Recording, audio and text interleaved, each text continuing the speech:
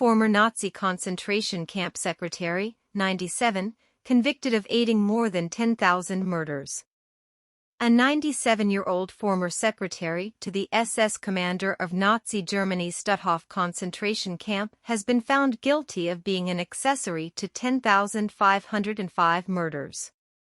In perhaps the last ever Nazi war crimes trial, Irmgard Furchner attended court for more than a year as prosecutors outlined their case against her.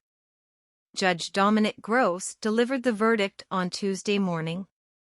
He said the defendant was found guilty of aiding in the murder of 10,505 people, along with 5 cases of attempted murder in the Stutthof concentration camp.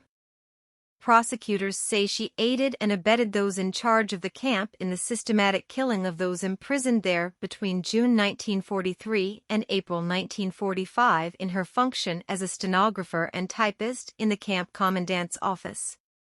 Furchner largely refused to answer questions during the trial but said in her closing statement that she was sorry for what had happened and regretted that she had been there at the time.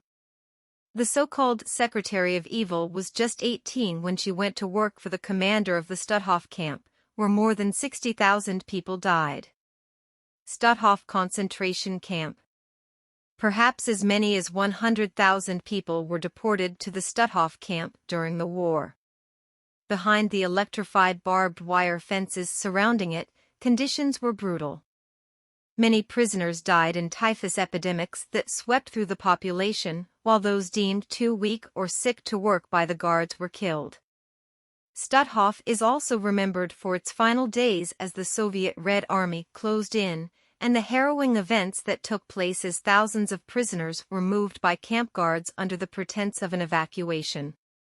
Professor Rainer Schulz, a German historian and emeritus professor at the University of Essex, told Sky News. They put them into little boats which they shoved into the Baltic Sea. And people died in those boats because of the exposure to the sun, no water, no food.